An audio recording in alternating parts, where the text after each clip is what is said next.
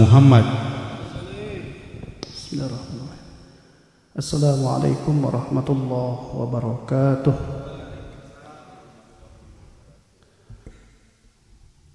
Alhamdulillah wassalatu wassalamu ala Rasulillah wa ala alihi wa ashabihi wa mawalah.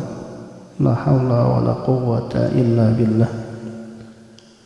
Subhanaka la ilma lana illa ma 'allamtana innaka antal alimul hakim.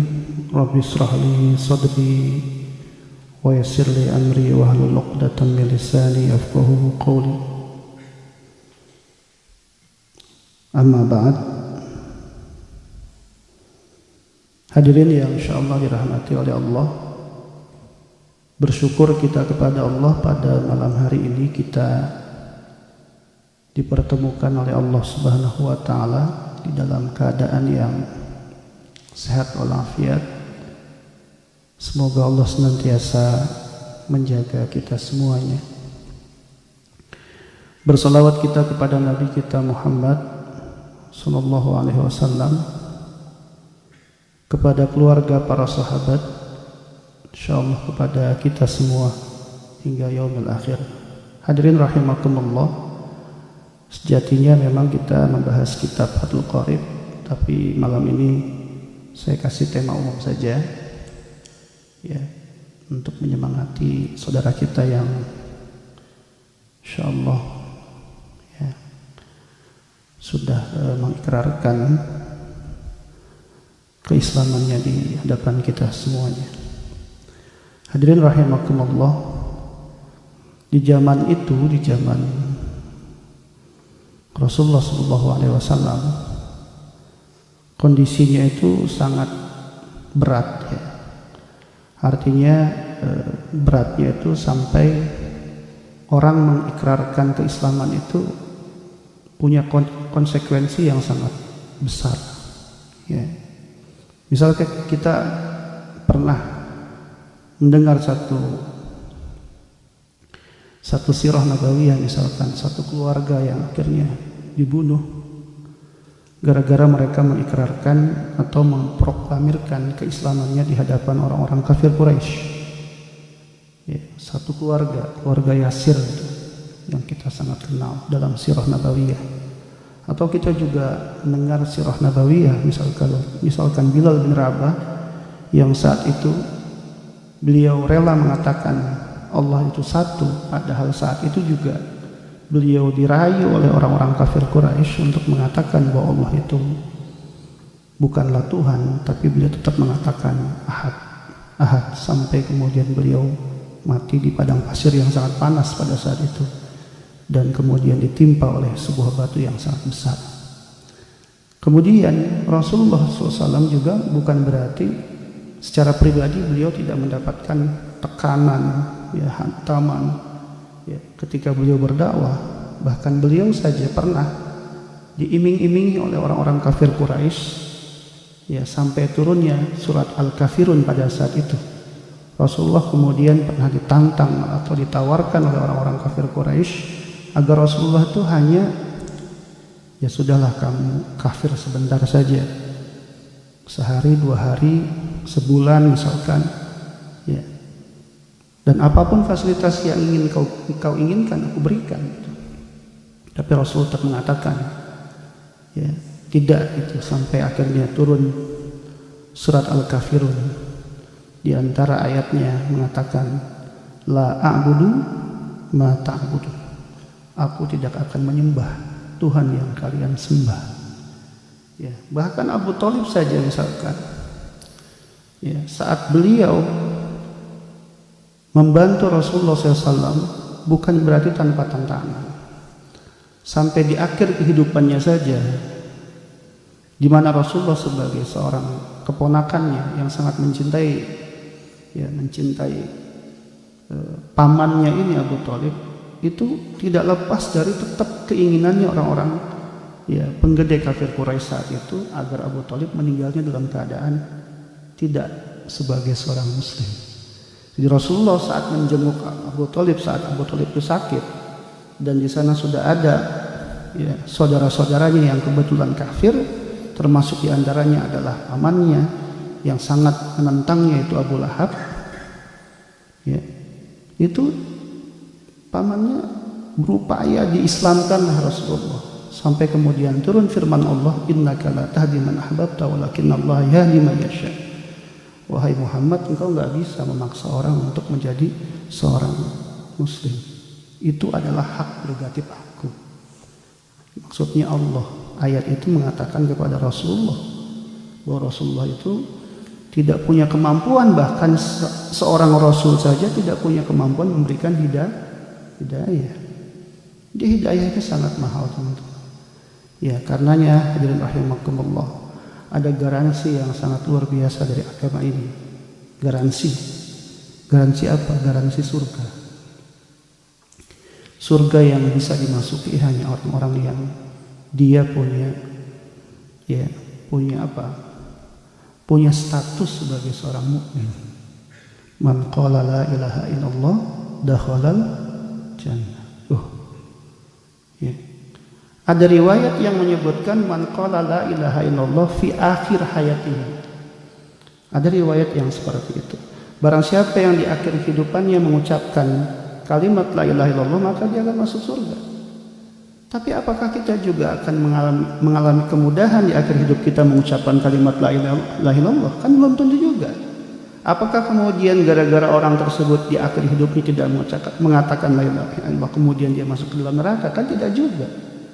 Makanya kemudian ada dalil yang lain yang menyebutkan tidak ada kalimat fi akhir hayatihi atau fi akhirihi, di akhir hidupnya. Tapi Rasul mengatakan siapa yang mengucapkan la ilaha illallah pasti masuk surga. Hadirin rahimakumullah. Berarti kan juga kemudian di situ nggak dikatakan bahwa kemudian walaupun dia kehidupannya pernah bergelimang dosa, gitu, iya kan? Orang itu bergelimang dosa, bergelimang kesalahan, banyak salah yang dilakukan. Saya banyak salah dilakukan, misalnya. Ya, tapi kemudian ya Allah memberikan kemudahan-kemudahan pada hidupnya untuk selalu dekat di akhir kehidupannya, maka kemudahan untuk masuk surga juga jadi mudah. Ya. Hadirin rahimakumullah, insyaallah semua kita ini ahlul jannah.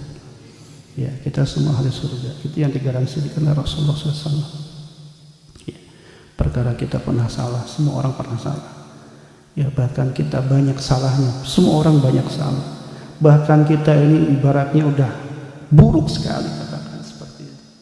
Tetap Allah mengatakan, ya, dekatlah kepadaku. Banyak dosa apapun yang engkau punya, aku akan ampuni engkau. Saking baiknya Allah sama kita. Sampai Allah memberikan kalimat yang sangat bagus, ya. Meskipun ibaratnya gini, kita tuh kalau udah punya anak banyak salah, kadang-kadang yang keluar kan jelek, kampret gitu kan. Allah nggak begitu, teman-teman. Misalkan apalah gitu ya, bahasa yang buruk keluar kepada anak kita, misalkan dasar kamu tukang ini dan lain sebagainya. Tapi Allah tetap memanggil mereka, qul ya ibadiyalladzina asrafu ala anfusihim la taqnatu min rahmatillah. Walaupun kamu banyak dosa yang kau lakukan, katakan pezina, katakan pemabuk, sholat sekian tahun enggak engkau lakukan, datang kepadaku. Jangan apa? Jangan putus asa dari rahmatku. Aku ini maha baik. Ya. La taqnatu min rahmatillah. Ini teman-teman sekalian, ya, teman-teman yang sudah rajin ke masjid, jangan pernah mengatakan saya ini adalah ahli masjid, jangan. Sudah rajin sholat, jangan pernah bilang saya ini ahli sholat, jangan. Allah lebih marah pada kita bukan lantaran kita itu suka maksiat, bukan. Tapi Allah lebih marah pada kita siapa yang di hatinya sekecil apapun kesombongan ada pada dirinya. Barang siapa yang ada sedikit pun kesombongan pada dirinya, maka Allah tuh marah sama kita. Jadi seburuk apapun kita misalkan, ya, sejelek apapun kita misalkan, sedosa apapun kita yang pernah kita lakukan, ya, ketika kita sudah baik, jangan bilang kita ini sudah baik. Tapi kita adalah pendosa yang tetap berupaya dekat kepada Allah Subhanahu wa taala dan buang tuh perasaan merasa sudah baik. Ya.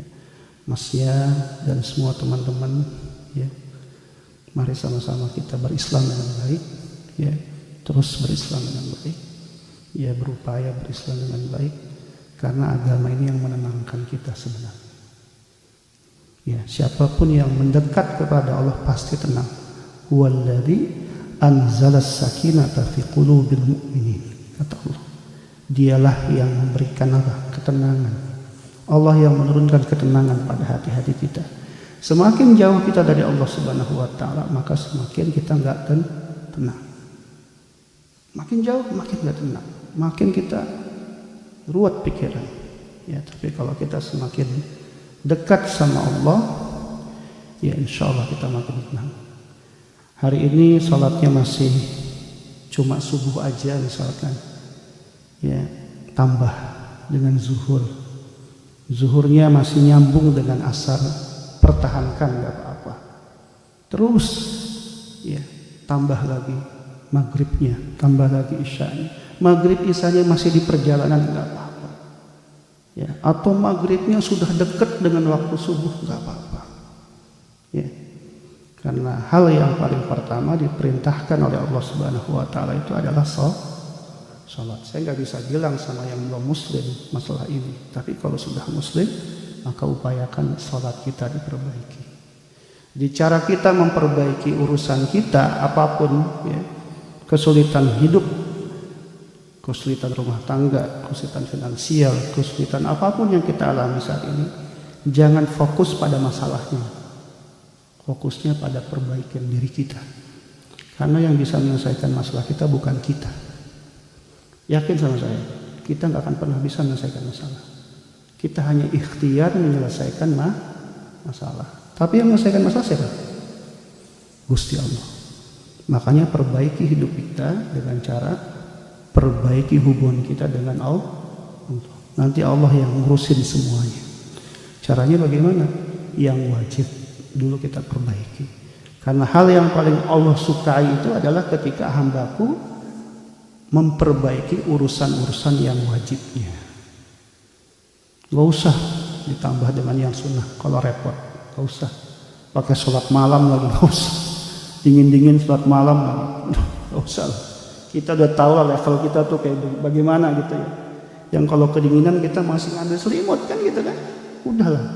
Adapun kalau ke kamar mandi bukan ngambil air wudhu, kita paling kencing balik lagi kita ke tempat tidur. Udah kualitas kita memang segitulah udah. Boro-boro mau sholat malam, ya. Boro-boro mau ke masjid tiap pekan. Udahlah kualitas kita nggak segitulah. Tapi yang wajib jangan sampai ditinggal. Itu teman-teman. Ya. Apa yang wajib sebagai pribadi, ya sholatnya jangan ditinggal. Sebagai suami, itu juga ada kewajiban, hati-hati, ya kan? Sebagai anaknya orang tua juga punya kewajiban itu, apalagi anak laki-laki. Sebagai suami cari nafkah buat keluar. Ya. Sebagai anak juga harus pikirin ibu dan bapaknya. Jangan cuma mikirin diri sendiri. Itu kewajiban-kewajiban itu saja yang dipikirkan. Karena dalam hadis disebutkan orang yang memikirkan kewajiban kepada Allah Subhanahu wa taala itu bisa masuk pintu surga dari manapun yang dia mau. Gitu ya. Teman-teman sekalian.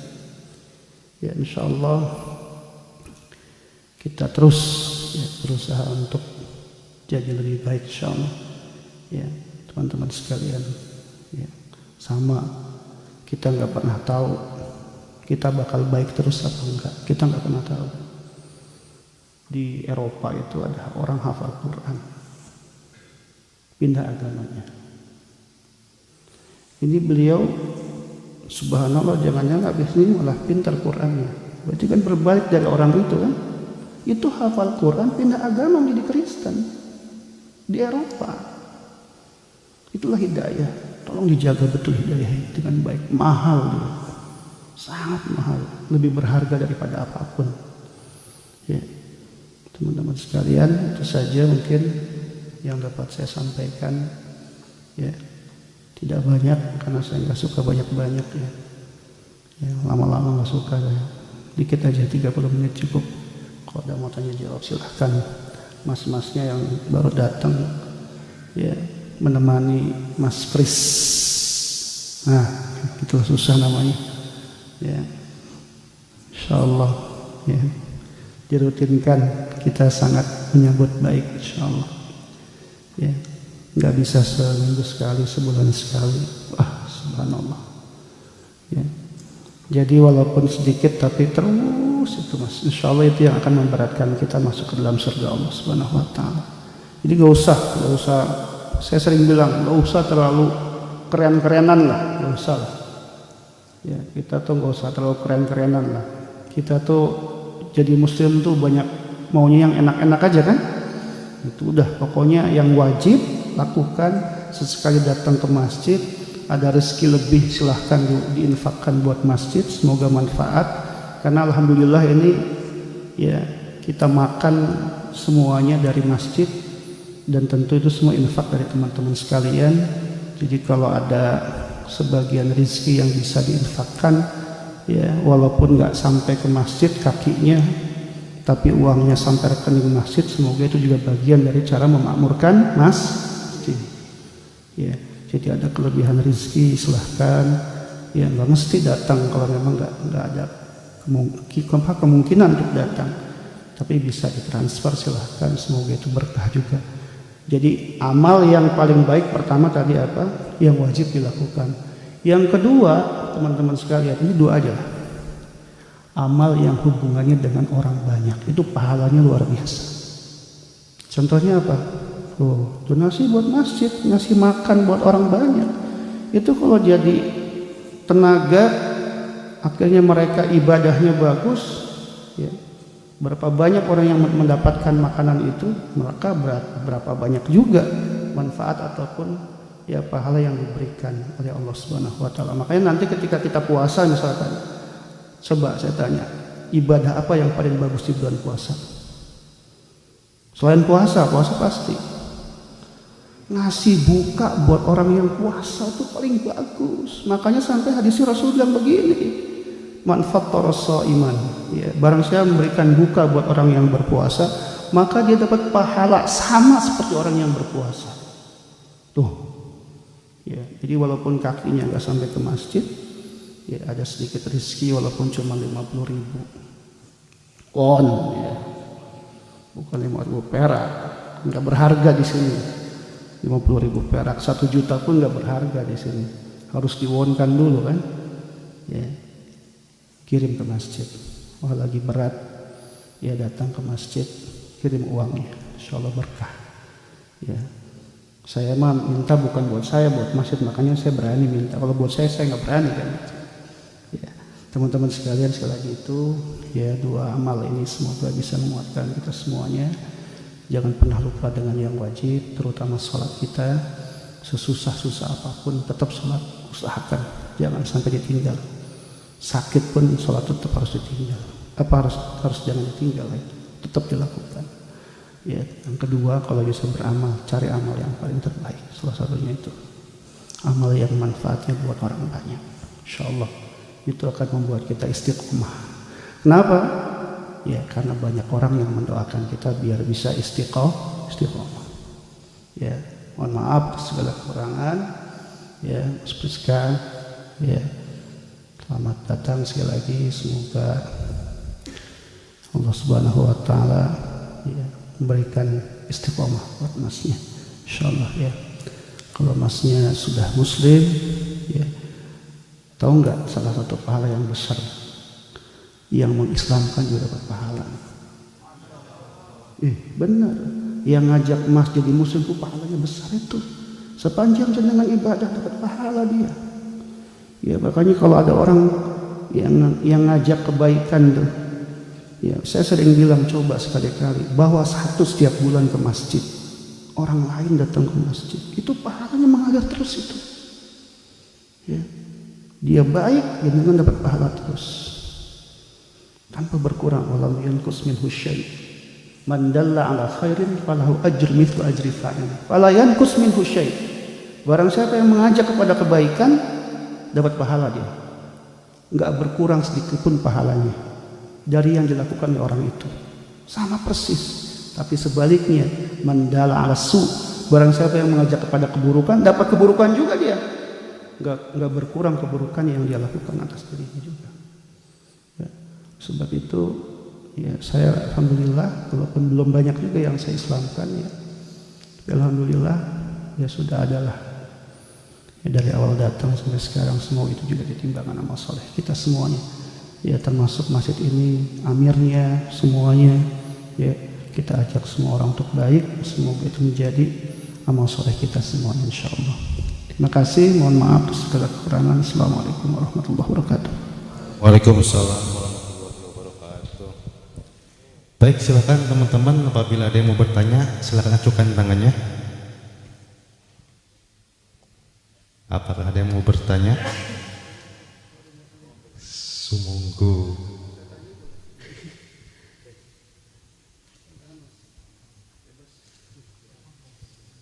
Mas Supri, biasanya ayo. Oh iya, boleh silakan.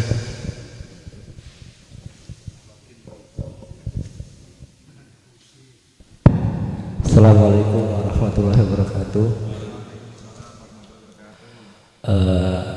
Ustadz izin bertanya. Saya pernah mendengar seorang yang baru mu'alaf itu, apakah dosanya yang lalu sebelum dia masuk Islam itu dihapuskan langsung bersih ketika dia mengucapkan syahadat? Terima kasih.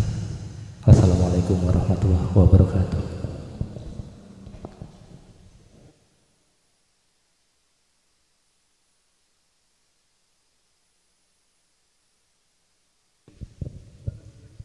Ada lagi yang mau bertanya?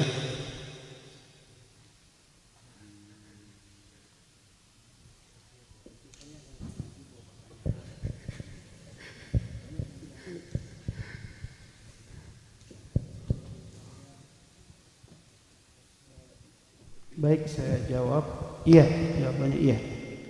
Ya, jadi orang itu ketika sudah Islam, semua kesalahan yang pernah dilakukan sebelumnya ya itu diampuni oleh Allah Subhanahu wa taala. Itulah nikmatnya menjadi seorang muslim. Ya. Jadi insyaallah ya semua yang pernah dilakukan keburukan-keburukan itu diampuni oleh Allah Subhanahu wa taala.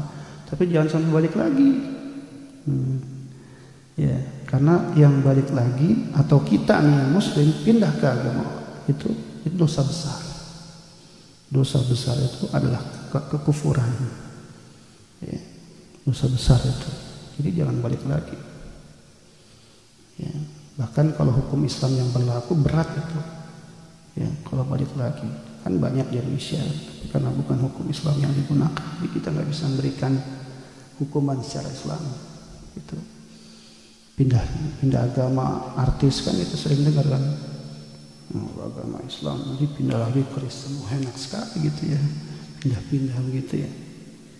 Ya, jadi itu ya keistimewaan yang Allah berikan kepada mereka yang beriman kepada Allah Subhanahu wa taala. Ya, salah satunya adalah itu. Ya, nanti sunnahnya mandi ya, mandi setelah jadi Islam tuh mandi ya, silakan sholat, habis itu sholat. Ini kan masuk Islamnya kan sekarang posisinya isya, sholat isya udah wajib ya, sholat isya ya. Yang sebelumnya nggak usah dipikirin, karena masuknya di waktu isya langsung sholat isya. Kalau belum tahu caranya nanti diajarin sama teman-teman yang sudah muslim ya. Nanti terus ya. Waktu subuhnya sholat subuh, waktu zuhurnya sholat zuhur, dan seterusnya. Otomatis dia menjadi mukallaf ya. Dia terbebani dengan apa? Dengan perintah Allah, terbebani juga dengan dosa. Kalau dia melakukan perintah mendapatkan pahala, kalau dia melakukan dosa dia juga mukallaf dengan ya dosa dari perbuatannya itu ya, masih ya, itu luar biasanya orang yang sudah menjadi muslim. Silakan Mbak. Silakan Mbak. Kita kan kerja ada kecapean, jadi pas waktu mau sholat Hmm. Hmm. Masih ada waktu sekitar 15 sampai 20 menit. Aku masih bisa. Bisa. Ya, tapi saya kasih kasih peringatan ya buat teman-teman ya. Di antara sesuatu yang dia makruh, dibenci lah gitu ya. Kita itu menunda waktu sholat sampai kita tertidur karena khawatir nanti tertinggal. Karena orang tidur itu kemungkinan tidak bangun lagi kan besar. Makanya kan disebutnya orang tidur itu seperti mati. Coba dikasih uang 10 juta nggak mau orang tidur. Iya kan? Karena dia tidur gitu.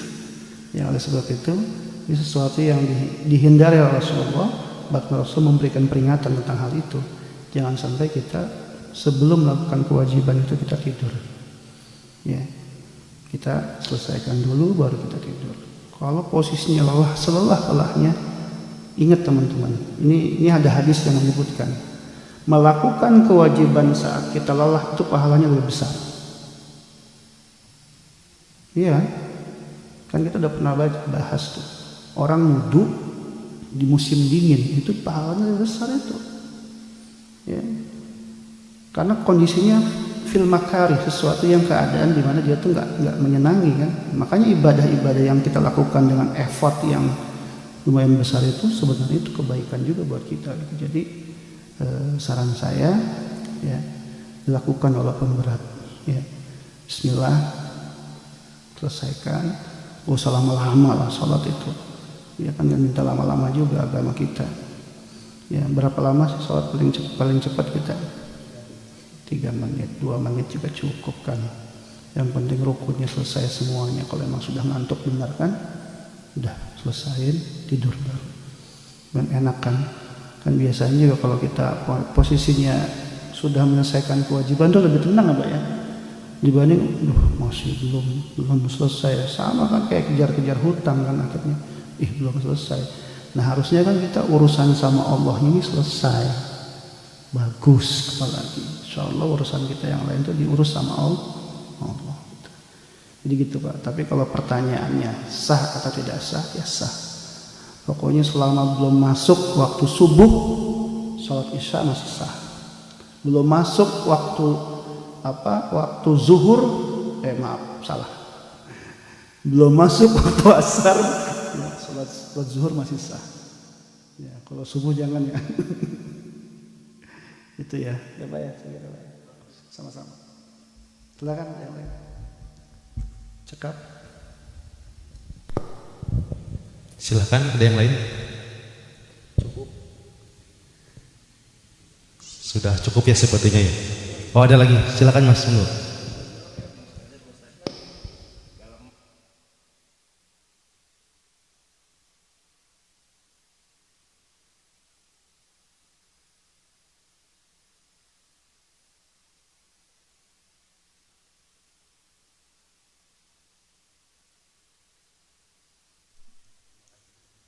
Iya, sebenarnya nanti mau kita bahas itu ya, cuman sekilas saja. Jadi di dalam sholat itu ada yang namanya rukun, ada yang namanya sunnah. Sunnah terbagi dua nanti. Ya ada sunnah ba'ud, ada sunnah yang sifatnya hayat. Ya kalau rukun, ya itu nggak bisa ditinggalkan. Salah satunya apa?